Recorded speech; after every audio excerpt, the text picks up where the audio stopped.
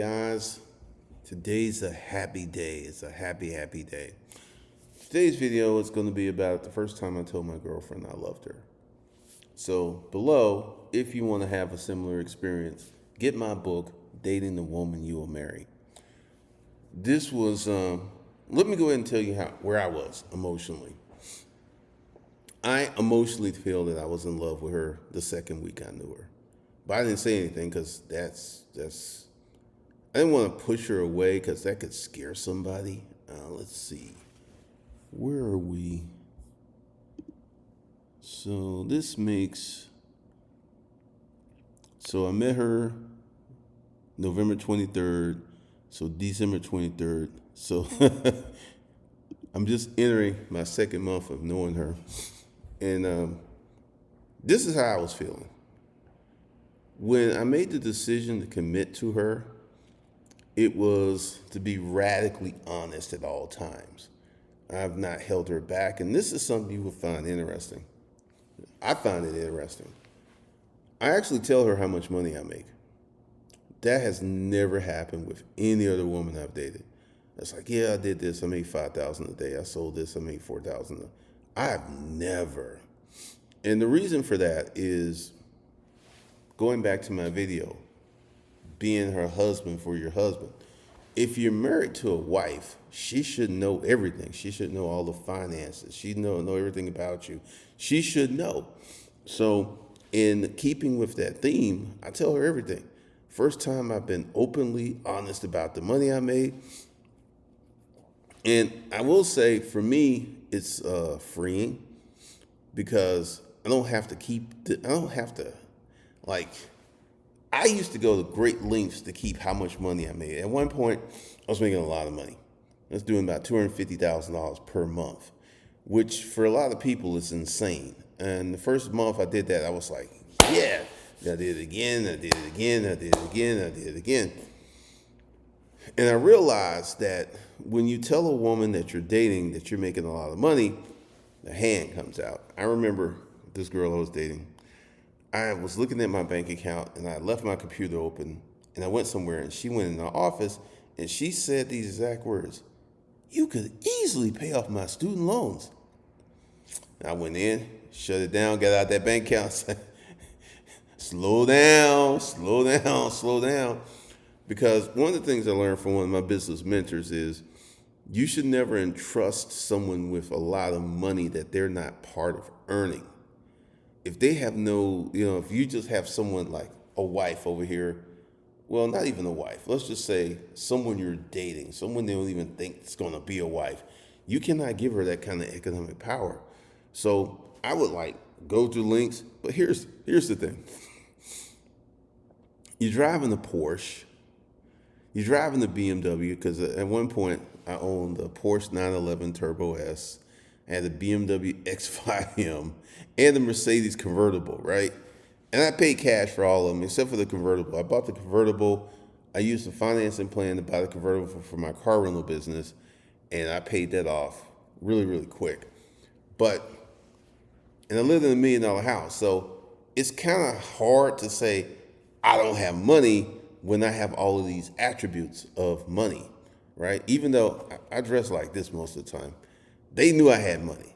They knew. I'll tell you a story. There's a diner I go to all the time, and literally the same staff has been working there for years, right? And there was this really cute girl in there. This was years and years ago. And I was gonna, shoot my shot. And I said, "Hey, where's so-and-so?" And the guy said this very words to me. He said, "Oh, she has a loose mouth. And she says crazy things to business owners such as yourself." I never told this guy I owned a business. See, there's certain behaviors and I kind of figured out these behaviors. Like I would go to lunch in the middle of the day. I never seemed like I was rushed because I wasn't.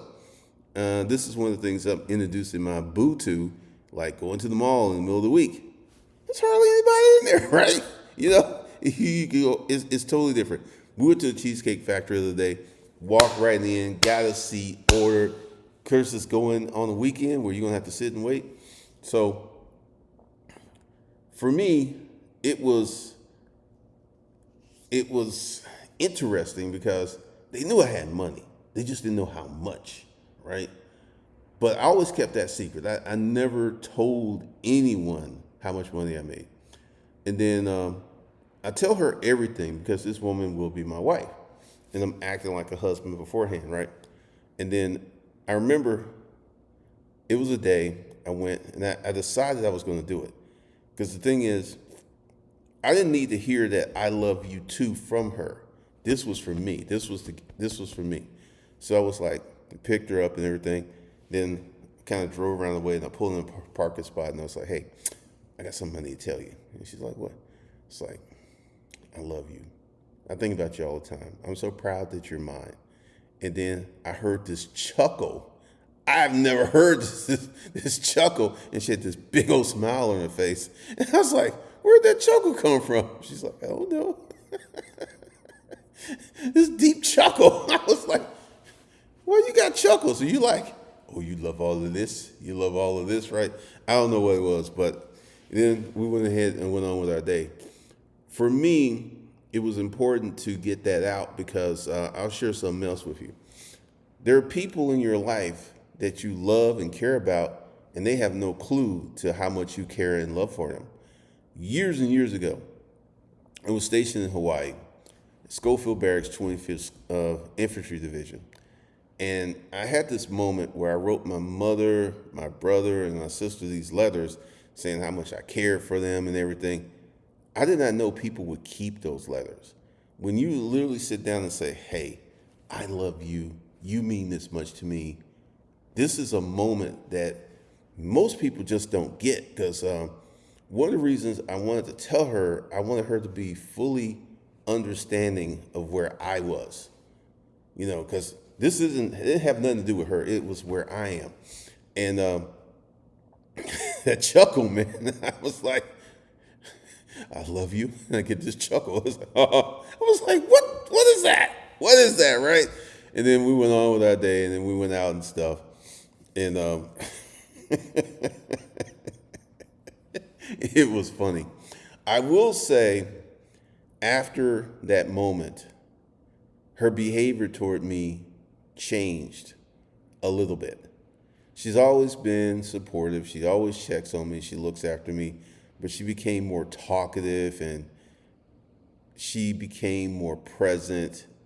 And I'll never forget that chuckle. I don't know what that chuckle and this big old smile and everything. Because essentially, I feel, I'm speaking for myself, I feel she loves me. But I really didn't know. Because you could date someone and you could have a lot of affection, you can feel for them. But when someone tells you, hey, I love you, people sometimes run. People get scared and they run because it's just too much, right? She didn't run. She just, just a chuckle. I was like, this is the craziest thing ever, right? But then the second time I said it, let me see if it's still here. All right. Let's see. You're so special to me. I respect you a lot. I pray to God to continue to bless you every single day. Thanks for everything. And that's what she said the second time. So she's being Haitian, living in France. She has a different perspective on things, but I'm 100% sure now that she loves me and cares for me. And in a few months, we're going to Hawaii. I am looking so forward to that trip because one of the things I get to do is introduce her to my lifestyle. Like, I've flown private for the last 15 years. Not private, first class. I've flown first class for the last 15 years. I don't even know what it is to sit in a regular plane seat. And let me show you what I got, right? Open up. Come on. There we go. I don't know if you can see that. I've got 857 miles from American Express. So the plane trip out there, that's going to be free. You just got to pay for the hotels. And So I got to prepare my workers and my employees for that trip. Like I said, 2 months. We'll be gone probably a week, and I'm looking forward to it. This is something else too because I get to introduce her to my lifestyle, which is I'm bougie. I'm bougie because at one point I had a maid, I had a chef. I haven't washed my own car in like maybe 20 years. It was really, really different. So I get to bring her and introduce her to the way that I live. And this is real important. And this is something in the book. When you have an established, identified lifestyle that you could bring a woman into, it's totally different than, oh, she just want me for my money. I'm already spending money. I already go to expensive restaurants. That's just my norm, right? So for me, the moment was it was freeing because I got it out my system because I was just sitting there like, am I in love with this woman? And then the little voice was like, motherfucker, you know you love her. Why you playing? Why you playing? So that chuckle, I'm gonna remember that chuckle forever, man. That was like, to me, that chuckle was like, you love all of this, and I do. I love every bit of it. From a physical standpoint, and this is kind of funny.